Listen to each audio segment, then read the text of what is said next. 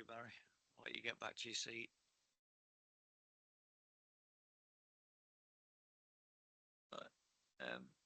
Welcome everyone to tonight's planning application committee meeting on Monday the 8th of July.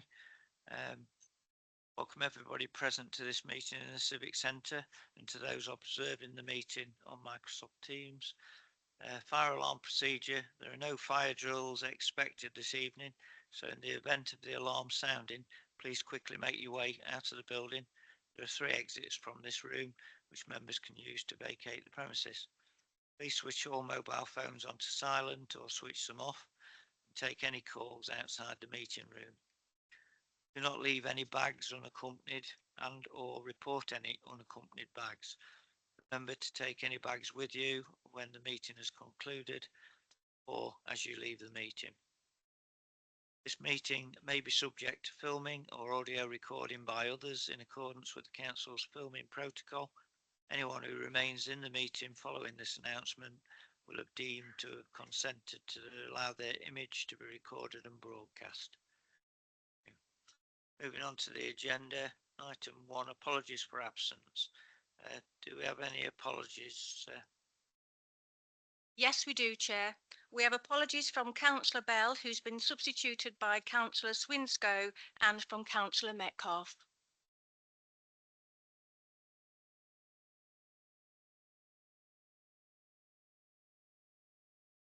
Thank you. Do we have any declarations of interest?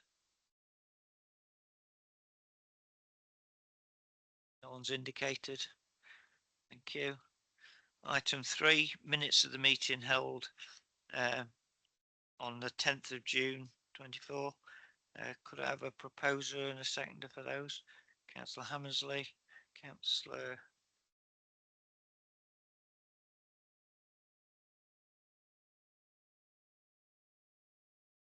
Stevenson, sorry. Are we all in favour of those minutes? Can we have a show? Attended, thank you.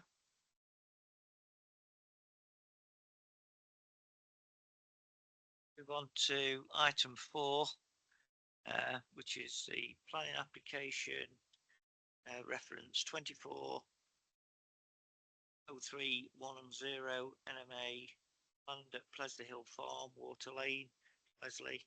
Non-material amendment to the application 2020-0169 outline application for mixed-use development with all matters reserved except access for up to 850 dwellings. Class E and B8 business use, hotel, petrol filling station, care home and neighbourhood retail. And to the surface water drainage design. I invite the officer to make a report, please. Chair, is the sound okay? So just to provide a verbal update since the publication of the report, there's since been 3 further presentations received since the publication, but no matters were raised. So just to explain the site location and context, so the application site relates to Plesley Hill Farm, which is located just to the north of Mansfield in Plesley. So this application is a submission under section 96A of the Town and Country Planning Act, which relates to non-material amendments. So it's a non-material amendment to condition 4 of the original outline planning consent, which relates to the overarching drainage strategy for the site. So non-material amendments allow for alterations to elements of an application which would not materially alter the original assessment of the application. So in other words, matters which are in fact so inconsequential that the original assessment wouldn't be altered in a way that which would be, I guess, noticeable or materially altered. It's the formal thing. So the current wording of the condition states that a drainage strategy, just going to go up to the condition that currently states. So it begins prior to the submission of any reserved matters application for any phase of the hereby approved development, a detailed surface water drainage strategy and management for that phase based on the principles set forward by the flood risk assessment and drainage strategy, with the reference to include sustainable urban drainage, to provide adequate treatment, control of surface water discharge shall be submitted to and agreed in writing and agreed by the local planning authority.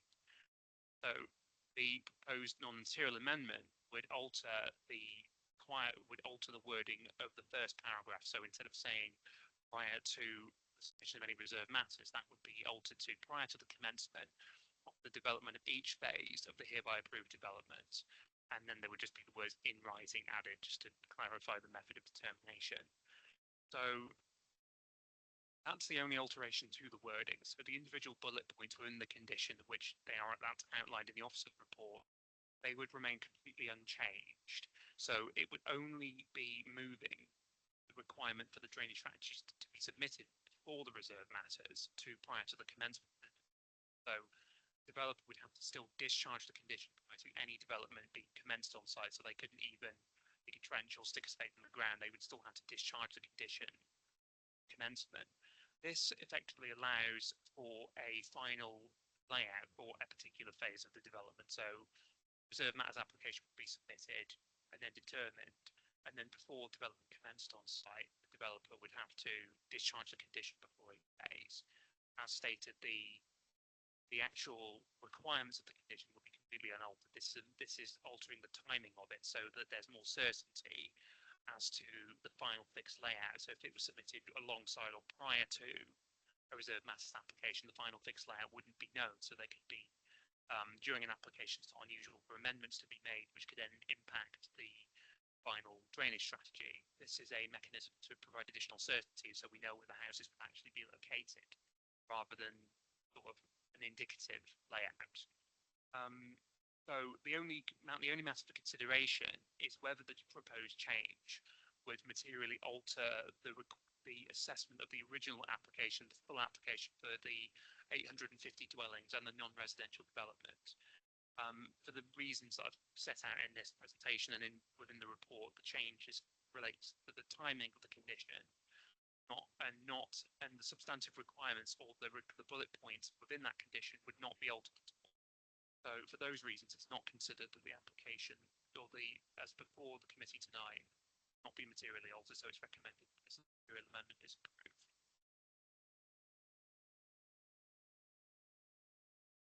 Thank you for your report.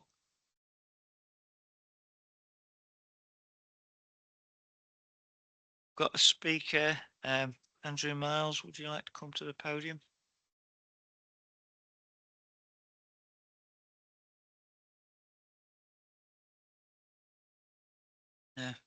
When you're ready, Andrew, you've got 4 minutes to speak.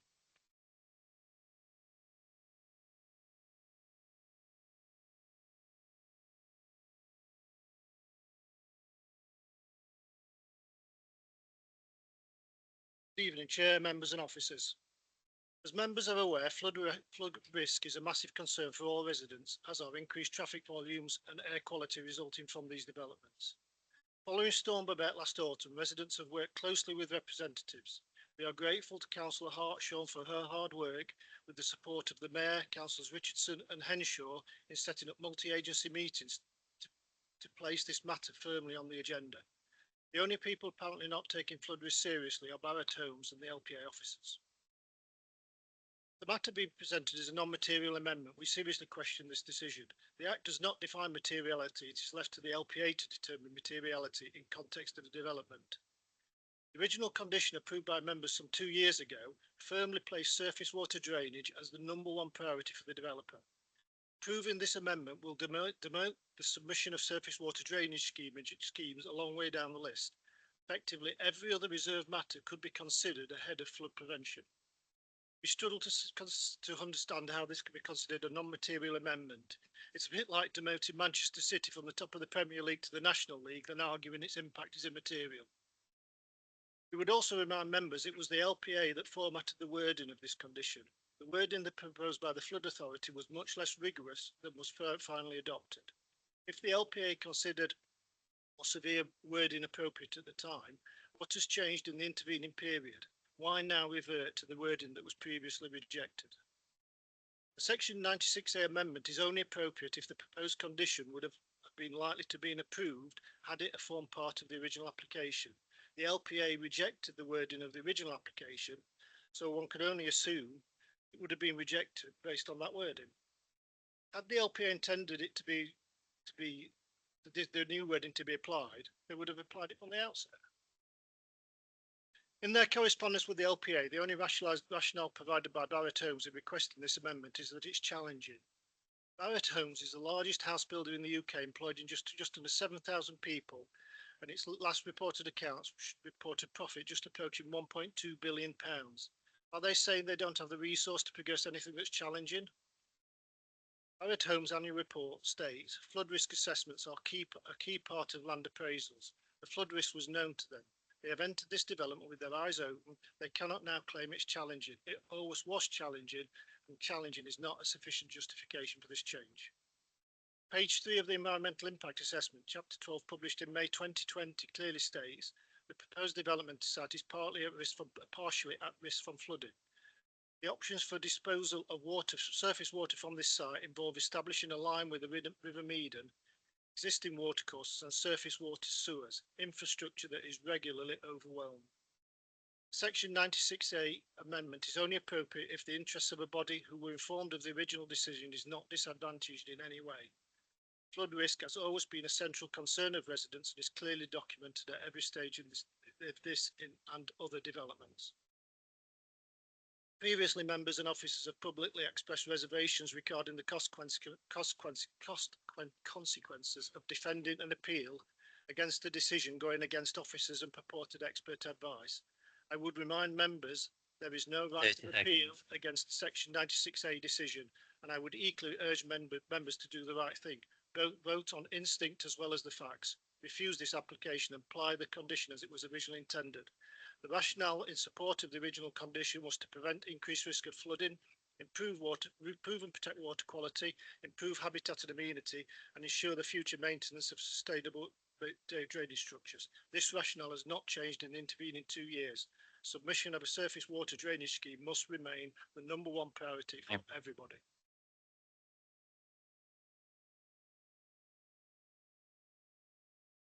Thank you, Andrew. Members have any questions of the speaker? Councillor Tempest Mitchell.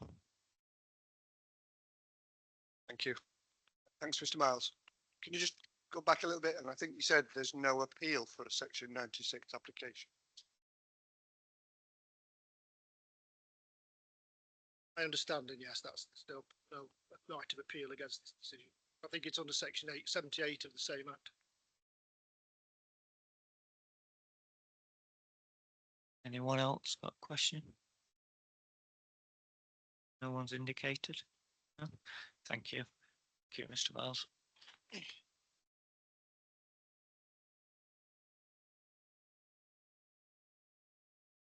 Just let Mr. Miles return to his seat. Do members have any questions of the officers? Councillor Hemmersley. Chair. For clarification, could you just briefly explain why we're changing the original condition to this new condition, please? So, forgive me, just to clarify. So I think I wasn't involved in the original determination of the application, so I wasn't privy to any discussions which were taking place at the time of the determination.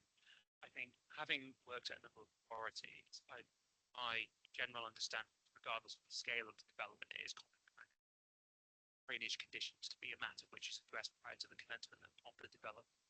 I think some of the matters which were sort of outlined with respect to managing flood risk sounded to be, again, quite sort of overarching requirements. I think that the purpose of development and flood risk is that ensuring that a development doesn't increase flood risk elsewhere. There's a number of mechanisms which can be used to do that, but I think ultimately the change in the wording is so the final layout of the housing is fixed, is subject to change.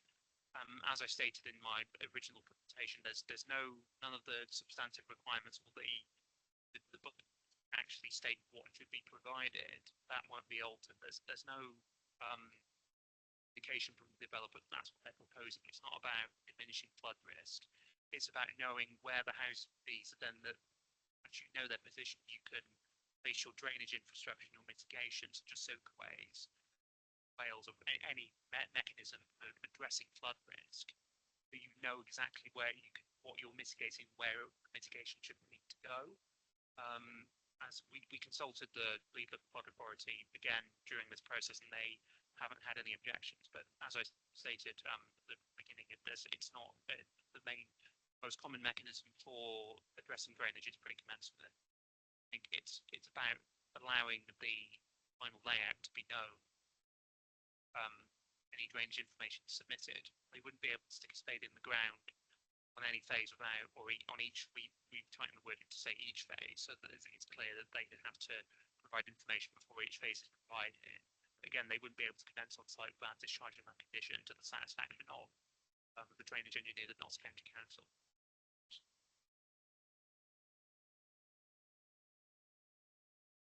Any further questions? Just going to.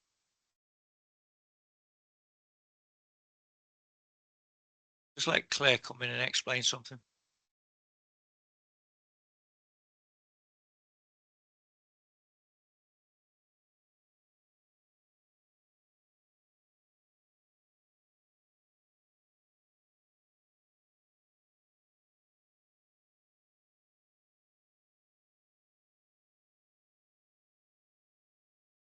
Just want to try and clarify it in terms of the procedures that take place. So just take a step back, that the outline planning permission has been granted. And obviously that's subject to the submission of further approval of reserved matters applications. And approval of reserved matters applications, they will consider layout, scale, appearance and landscaping. So at the way it stands at the minute, the drainage condition requires the developer to put in the drainage strategy for each parcel prior to the submission of a reserved matter. So at that point in time, so for example, if one were to come in tomorrow, the discharge of condition for the drainage for phase 1, for example, we don't know the layout because we haven't assessed the approval of reserved matters application. So different officers see things differently. Like Dan says, we weren't here when this was granted, but in my own head, it doesn't make sense to try and approve a drainage layout when we haven't approved the layout of the dwellings for that phase. So hence, that to me seems the logical way of doing it, because, and I presume what the developer means when they say it's challenging to do that, it is quite challenging to do it because they don't know the layout. Because when they submit the reserved matters application, for example, that could be subject to changes, because obviously we change things through planning applications, through negotiations. So for example, they could put, and you could have a reserved matters application come in from 80 houses. We might say we're not happy with that, highways aren't happy with that, it gets changed, tweaked, dwellings might reduce, or things change as the application progresses. So to submit a drainage layout before we know the layout of the phase is quite difficult. You can do it because you'd have to twin track them. Basically what you'd have to do is the developer would have to put in an application for the discharge of condition on one day, and the next day submit the approval of reserved matters. But you're twin tracking then, and you're changing in effect 2 applications at the same time, which personally I think is rather messy. I'm not saying it can't be done, it can be done, but the logical way of doing it is to have your layout fixed, and then you develop your drainage strategy. The overarching drainage strategy for the whole site is already approved under the condition. So if you carry on reading the condition, it says that it's got to be the drainage for each phase has to be in accordance with the overarching flood risk assessment and drainage strategy. So this is talking about the individual phases, and it's the timing of submitting the information to the local planning authority. That's the question for tonight. It's basically changing the timing. The actual details of the submission shouldn't change, but it's when that information is put into the local planning authority. Thank you, Claire. Got several indications of questions. Councillor Swinscale. Just for clarification, does this mean that the amendment will make it so that the drainage will go exactly where it needs to be. The best, you know, for the best outcome, really. As Dan has said, the actual requirements of the drainage condition has not changed. If you look at the outline condition, compare it to the proposed condition, the only thing that has changed is when the information gets submitted to the local planning authority.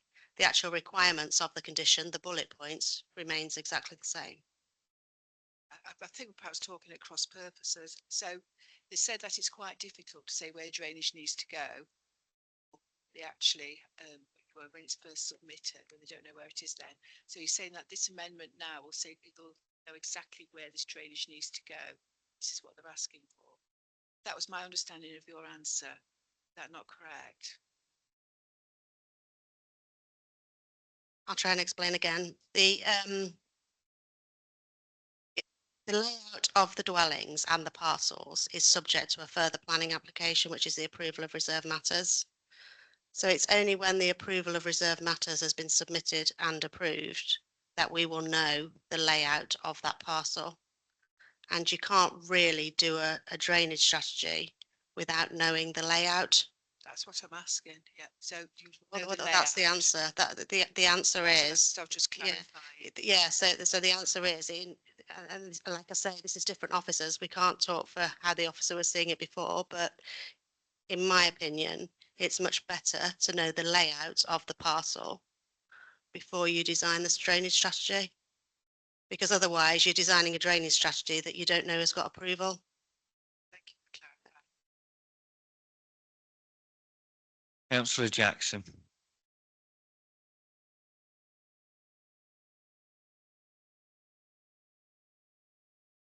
Okay, can I just clarify? I understand the proposal that the outline of the housing be placed before the drainage strategy is. Will the developer be able to change the housing plan after the drainage strategy has been approved? That makes sense. Yep, I mean, any application can be amended. It would, depending on what the change is whether it becomes material or not. The mechanism for change is it can be slightly different depending on what the change is. So, yes, so I think what you're saying to me is if the layout gets fixed and then they discharge the drainage condition based on that layout, if they then change the layout, then would the drainage condition have to be changed again? I think that's what you're asking me. So yes, potentially that could always happen. I mean, you could, for example, have a site that starts getting developed by one developer, stops, and then another developer comes in and they decide to change the layout. I mean, that is fairly, I won't say normal practice, but it can happen, and it is possible to happen. Some changes will require I mean, if you're changing a house type, for example, or deleting a plot, that probably might not need a change of the drainage strategy. So it depends on how big the change would be, whether the drainage strategy would have to be changed or not. So if there was a significant change, then the drainage strategy, they will have to be reviewed, changed. Yeah, so when we have planning conditions that come into us, we assess the information, and for example, in terms of drainage, it's assessed by the local lead flood authority. If that condition is discharged, then the developer has to build in accordance with the details that have been submitted and approved. If there's a change to that, then yes, the condition has to be redischarged again and a further application has to come in. Thank you. Answer. Chairman. Swalham, items come, normally take sort of item back to committee. So I do appreciate the fact that you give this another message to them. Then scheme 5 is extremely important. I praise this site to get started. Anybody else has not got bored and not all together wanted to sort the site out together. I do think that, and for the drainage for the older side is absolutely imperative. I live close by there. And I know full well happens on the Mar route. You have a lot of rain. Water lane is flooded and you can't enter it. So there is a serious problem there, that area on the side, flooding. On that side and around.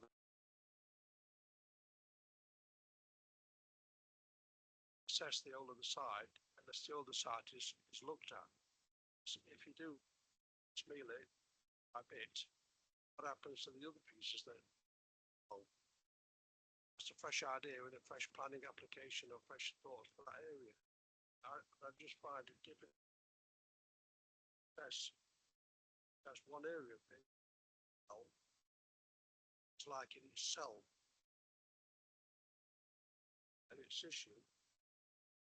I just can't understand why we can't get the initially plan side assessed to start off with. Thank you, Councillor Answer. Councillor Hammersley. Hang on. Respond, it might help.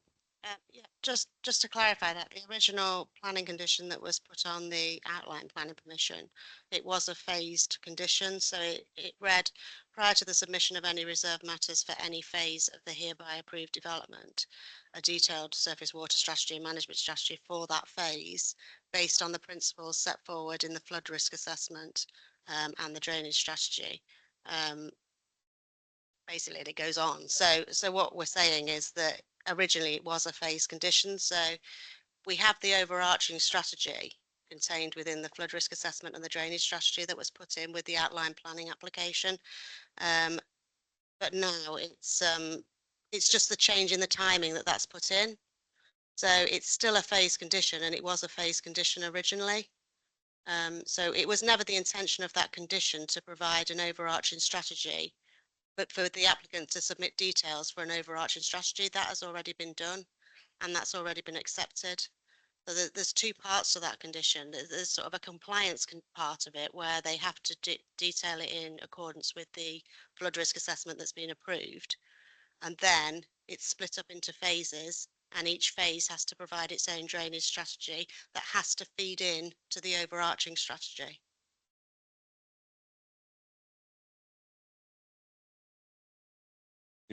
Thank you, Claire. Do I have any further questions? Councillor Tempest Mitchell. Chair. I think you've just answered one there, Claire, for me actually, because what I was thinking was, try and ask a question, is if you've got an overarching plan right at the very beginning, then you know in effect how much water you're dealing with for the whole area. Whereas breaking it down into each phase seems to me, and I might be wrong, in moving flood risk from one area to another, to another, to another. By then 4/5 of it is built, get to the last phase, this amazing road called Water Lane might be flooded by that point. What's to stop them, and it seems to me it would be a good idea them to amend it later if they get to that point.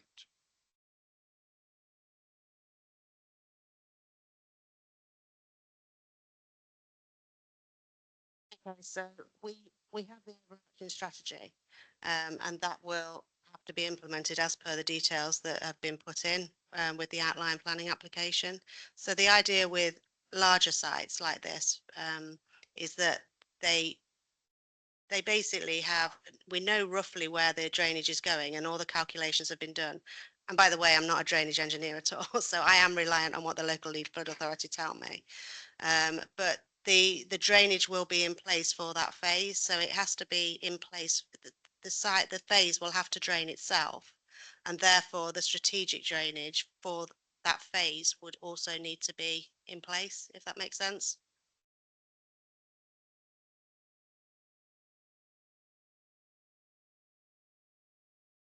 Yep, Councillor Tempest Mitchell.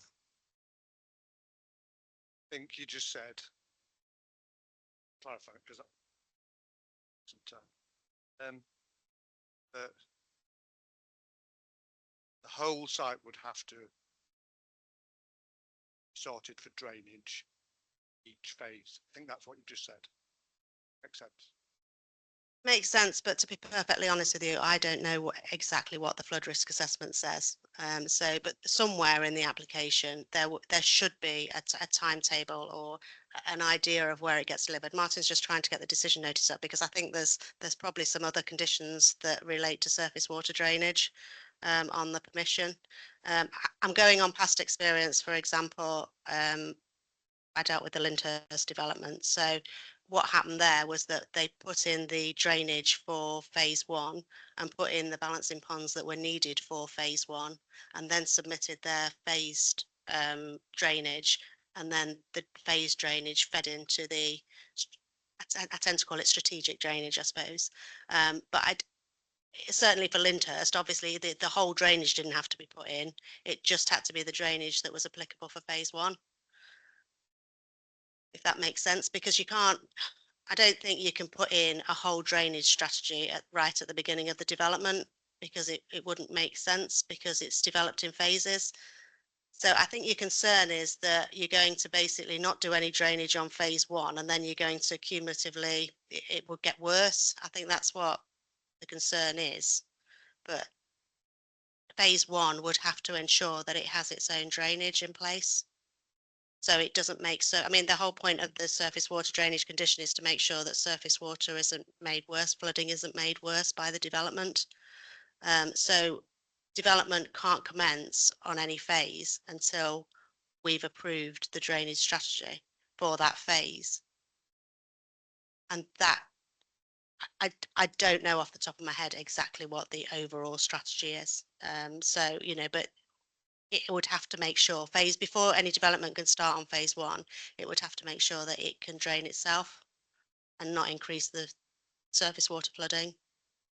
And then it goes on. So then phase two gets built and then it feeds into the strategy. But I don't, like, for example, if you had a balancing pond over here and a balancing pond over here, whether you'd have to put both of them in for phase one, I don't know, because I'm not a drainage engineer. I can't answer anymore. I've answered it honestly as I can on that question. Councillor Answer, did you have another question? Points to into balancing ponds. It says within the report, the balancing ponds no more than 3 feet deep. That is what it's stating. I know full well that the balancing ponds on the other side of Water Lane, that development there, they've got them there, and they are sometimes 5, 6, 7, 8 feet deep. I hope they're going to keep to the word of the. We know full well that you don't drain, you have to be down, but we don't know what's going to happen on this, whether the will have to be pumped down. And one other query is houses that are on side of this development, Heron Way, their soak away onto that piece of land. So will that also be taken into consideration when they're talking about the drainage of the side? Because that's obviously more water going onto the side. So is that going to be taken into consideration as well? Okay, I think we just need to take a step back here slightly, because we're not talking, this condition, this non-material amendment is not about the details of the drainage strategy. So we can't answer questions, technical questions about the drainage strategy at this point in time. The non-material amendment is to change the wording from having it to be submitted prior to the submission of the reserve matters to prior to the commencement of the development of each phase. And the original condition, how it was put on the outline planning permission, was a phased condition. So it still remains a phased condition. That hasn't changed. the wording, if you read the wording, it talks about that a drainage strategy for each phase will be submitted. So that's set in the outline planning permission, and that's proposed by this non-material amendment. The change is when the details are submitted, and it's proposed to change it from prior to the submission of reserve matters to prior to the commencement of development. So I personally, unless Martin corrects me, I don't think the technical side of the drainage is a consideration for the committee tonight. The technical side of the drainage will be a consideration when the discharge of condition application comes in for each phase of the drainage. I hope that makes it a bit clearer, because I feel like the last answer got a bit woolly, and I don't know the answers because I haven't researched it, because that's not what we're here to discuss tonight. So that, I hope that just makes it a little bit clearer as to what members need to decide tonight. Councillor Hammersley. Claire, you've admitted a few times that you're not a drainage expert. Does the council have a drainage engineer?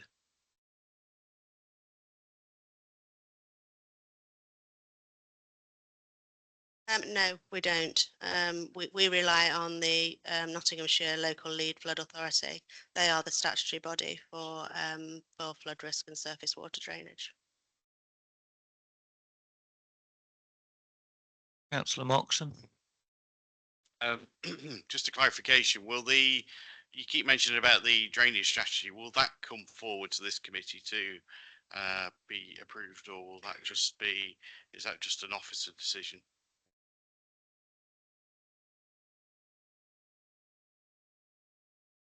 Well, it depends on when the application is submitted as to what happens with it. So the reason that this one has come to planning committee tonight is because it's received objections to it, public objections.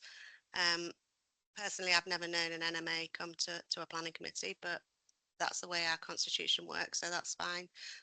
We do have a certain time periods to determine applications, as members will know. A non-material amendment is 4 weeks. We don't consult on non-material amendments because they're non-material. So if we're having to do a lot of public consultation, or we felt we'd have to, we wouldn't be entertaining a non-material amendment. So that's a condition discharge application. Again, we would only consult the technical bodies. We don't go out to public consultation. It goes on the weekly list. So it just depends on what happens and what the constitution is saying at that point in time.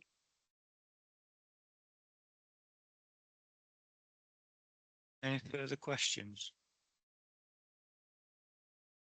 No. Thank you.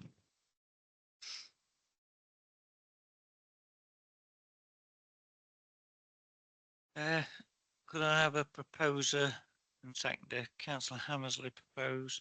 Do I have a seconder for this? Councillor Stevenson. Debate mode. Any comments?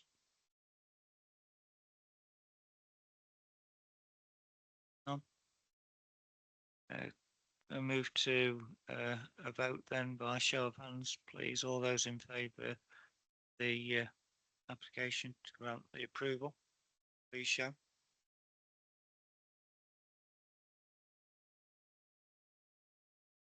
Any abstentions? Those against?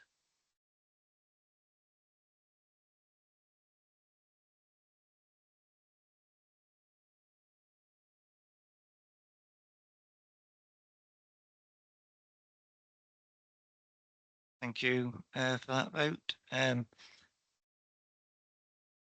The motion is actually lost. 4 for, 5 against.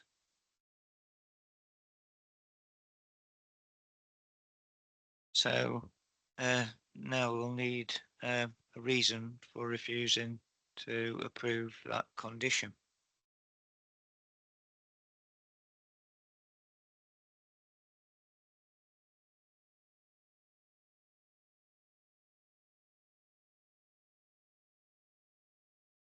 In order to proceed, we need a counter motion to the original motion. Can I have a proposer of a counter motion? Do you need time to work it out? Councillor Answer?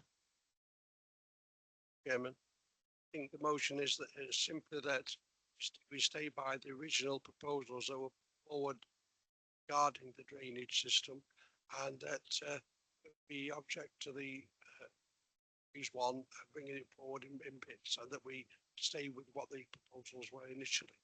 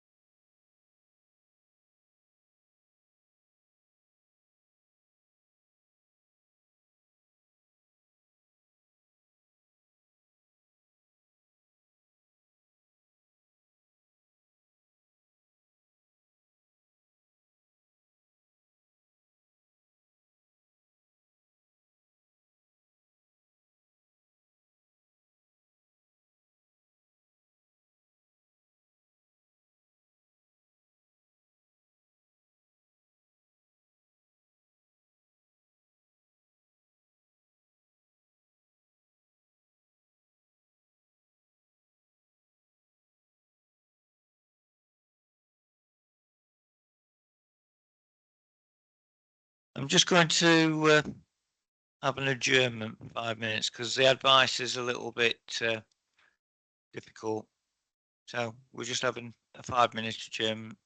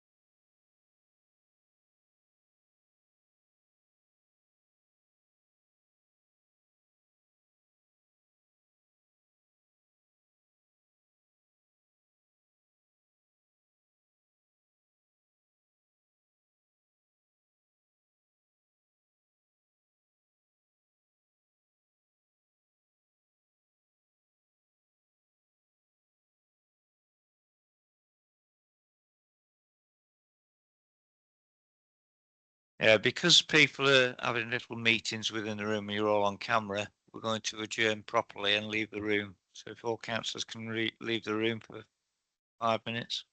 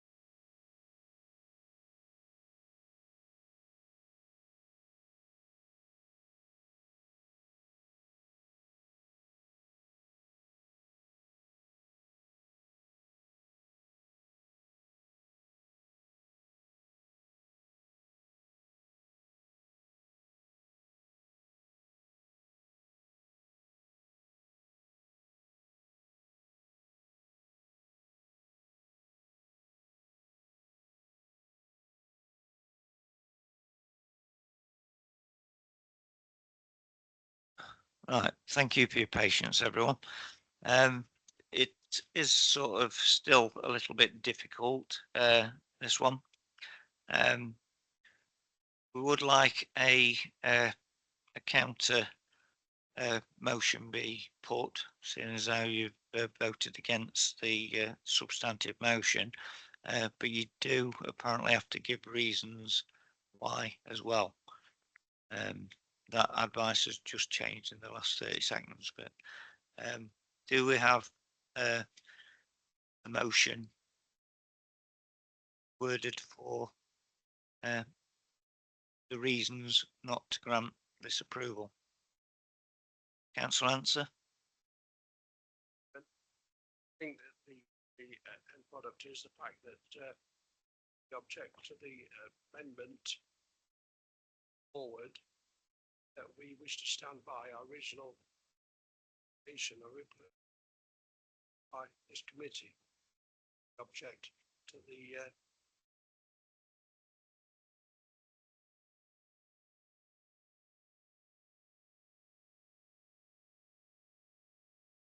I think members just might want to think about the application type. So this is for a non-material amendment. So the counter of that might want to form a reason. So for example, if you're saying it's non-material, basically this application is to determine whether it's non-material or not. So you might want to think about that in the reason for refusal. Like Mr. Miles has said, there is no right of appeal, so it won't be challenged anyway in terms of the planning inspectorate. But it's just good practice to give a reason, because then the developer can see why the committee have decided not to go with officer recommendation. So we do actually just give a reason to the developer to say why it is not non-material.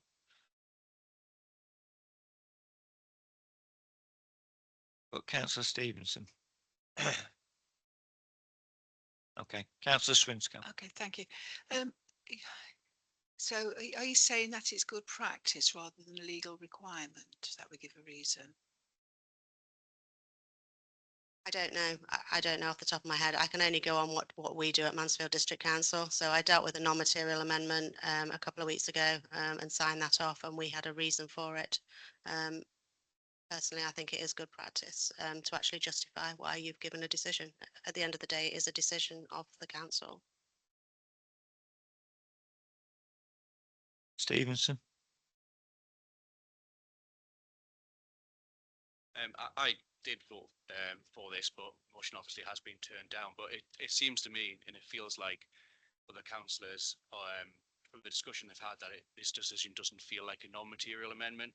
It does feel like it's a much bigger decision than that. And so I would propose that it's rejected on the decision, on the basis rather that the decision is too big to be considered a non-material amendment.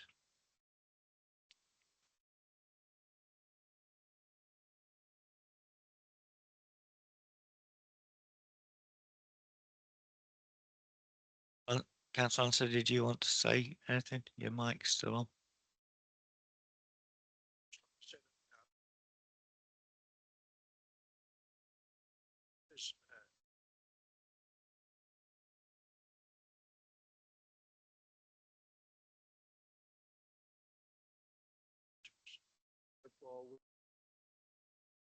where we started. Check to the saying that we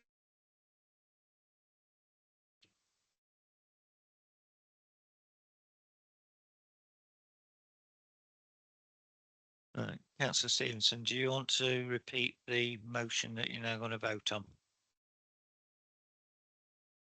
Current motion is that the non-material amendment is not approved on the basis that the considers a amendment decision as too big to be considered a non-material.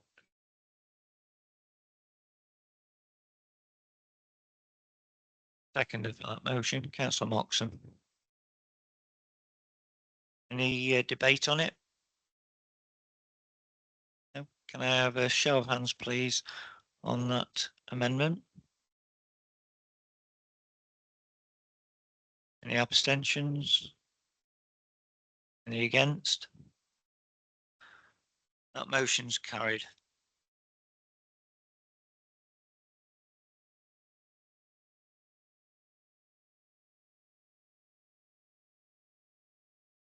So planning application reference 2024-0310 NMA land at Plesley Hill Farm, Water Lane, Plesley, non-material amendment to application 2020-0169 out.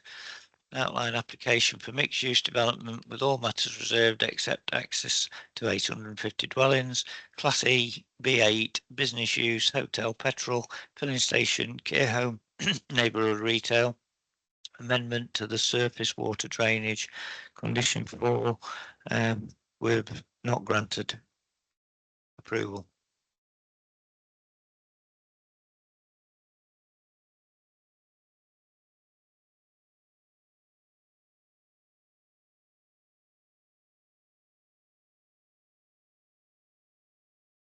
Thank you for your patience again. We'll move on to item 5, which is appendices for human rights and use classes. Has everyone read the report? Can I have a show of hands for noting that? Thank you. It's unanimous. And item 6, the planning appeals decisions 28th of May 24 to the 23rd of June 24. Have you had a chance to read those? Again, could I have a show of hands? Please. All in favour? Any against? Any abstentions? No? That's unanimous. That appeal was dismissed.